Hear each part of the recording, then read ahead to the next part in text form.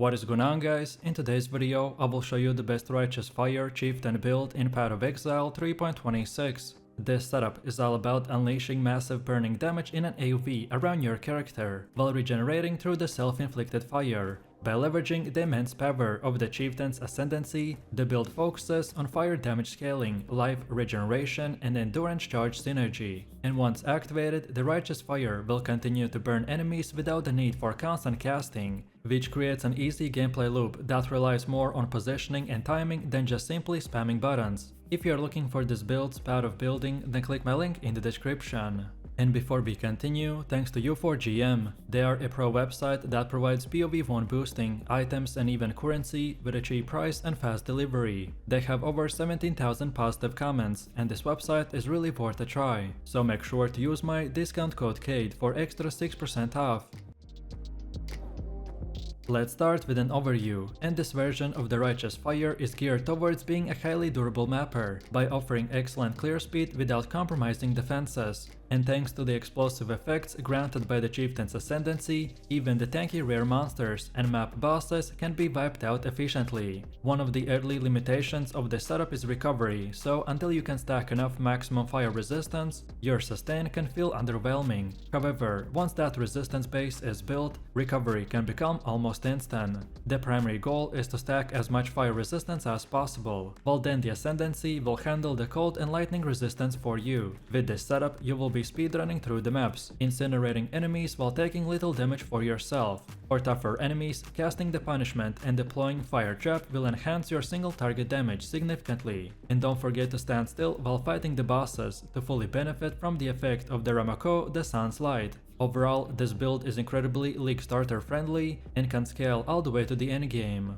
Now let's talk about leveling, and as alphas know, if this is your first character, then you will want to create a witch and take her to level 4. This will allow you to get access to more important gems early on, so complete the breaking some eggs and the medicine chest quest to unlock these. The key gems you will purchase will include the Rolling Magma, Elemental Proliferation Support, Frost Blink, Flame Wall, Summon Phantom Support, and the Holy Flame Totem. Your initial setup will involve Rolling Magma linked with the Elemental Proliferation, and then later the Combustion Support. Flame Wall is great for adding burning damage early, and the Holy Flame Totem linked with the added fire damage and the Summon Phantoms will give that extra offense and utility. Make sure to pick up Determination, Vitality, and Purity of Elements as soon as they become available. These auras will significantly enhance your survivability. Then Frostblink will remain your mobility skill through the leveling. And then in Act 3, switch to the Flammability for curses, and then later replacing it with the Punishment.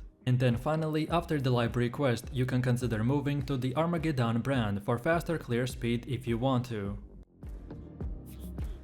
Next up, let's go over the Ascendancy. The Tassalio Cleansing Water is usually the first node you take, which offers a massive fire resistance, life regeneration tied to the resistance, and immunity to ignite. This node alone can carry you to the early sustain and the damage mitigation. Then Ramako Sun's Light will follow, by boosting your burning damage significantly, and allowing the fire penetration, which is crucial for maintaining effective damage against the high resistant enemies. Then the Hinokora Death's Fury will add even more scaling by increasing strength, which contributes to both life and the fire damage. It also grants life leech and the fire damage on kill, by improving the clear speed and the consistency. And then lastly, take the Valako Storm's Embrace, which enhances your endurance charge generation, and uses those charges to grant elemental damage and the physical damage reduction. Overall, this set of Ascendancy nodes is the foundation for our build for the durability and the burning offense. Next up we have the skill tree, and the layout is focused around the high life, fire damage, regeneration, and the resistances. At around level 90 to 95, the tree pushes heavily into the Marauder and the Templar areas. With over 250 strength, your fire damage gets a significant boost due to the Chieftain scaling. The key nodes will focus on burning damage and the elemental resistance, while the small cluster jewels are used to enhance aura effectiveness, particularly the Malevoyance. Armor is also prioritized over evasion or energy shield, by providing the best mitigation for a build that stands in the melee range. Then the block chance and spell blocks are supplemented for further defenses. The tree supports the core idea of the Righteous Fire, which is a build that survives its own burning damage while using the same burn to obliterate enemies in seconds. The core damage scaling of our build is split into a bunch of categories. So first we have maximum life. which directly affects the burning damage. This makes the high life rolls on gear crucial. However, remember that life does not scale your fire trap damage, so modifiers like the fire damage over time multiplier and burning damage are still important to maintain. So pretty much we will have to play this type of balanced game between these both forms of scaling. Then, when it comes to skill gems, the setup is fully tuned for the most optimized setup. The Righteous Fire is linked with the Awakened Elemental Focus, Awakened Increased AoV Effect, Awakened Burning Damage, Life Tap and the Swift Affliction, by providing a potent blend of aerial damage, burning efficiency and the sustainability.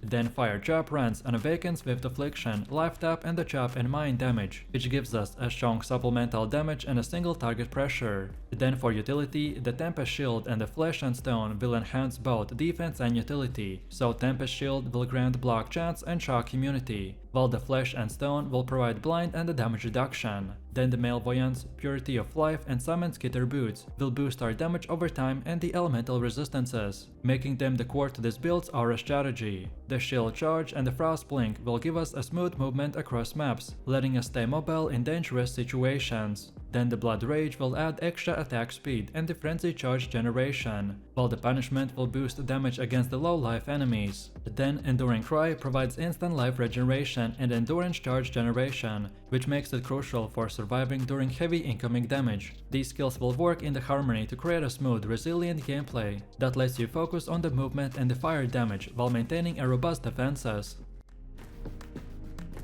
Next we have gear. Your helmet should be a high armor elder base with a burning damage and a concentrated effect support. By using Harvest Reforged Life, it will help with these modifiers, and then later upgrade to the Archdemon Crown for additional gem levels. The amulet we should focus on is life, damage over time multiplier and resistances. Then bases like the turquoise, jade or the marble amulet are useful, depending on your attribute needs. Then Cloak of Flame is your ideal chest piece due to its physical damage mitigation. Alternatives like the lightning coil can work, but require more resistant balancing. For gloves, the pure armor base with a high life regen, which can be up to 21%, are ideal, and they are great for additional chaos resistance and dexterity. Use Exarched Influence to get Ignite Proliferation for clear, then your boots should have a 30% movement speed, high life and regeneration. Then Annihilation Approach is a strong endgame option. Then belts offer the highest source of flat life regen. Then Immortal Flesh is a great early option, and later you can craft an Elder Stygian Vice. Then rings should cover life, resistances and chaos resistance.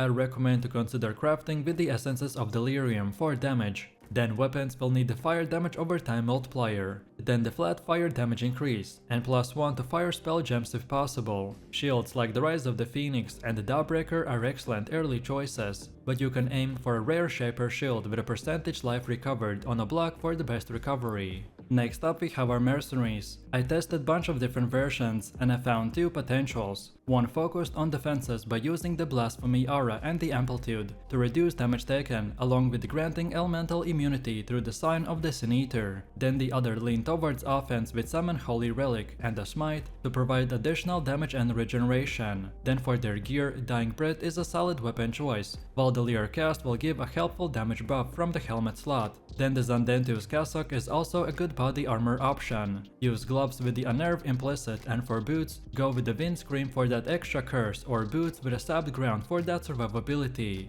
Then belts like the Camo's Binding or the Pyroshock Clasp will work well. And then finally for rings, the Kikazaru and the Time Claps are great picks. And then you can finish it off with a Shaper Seed as your amulet.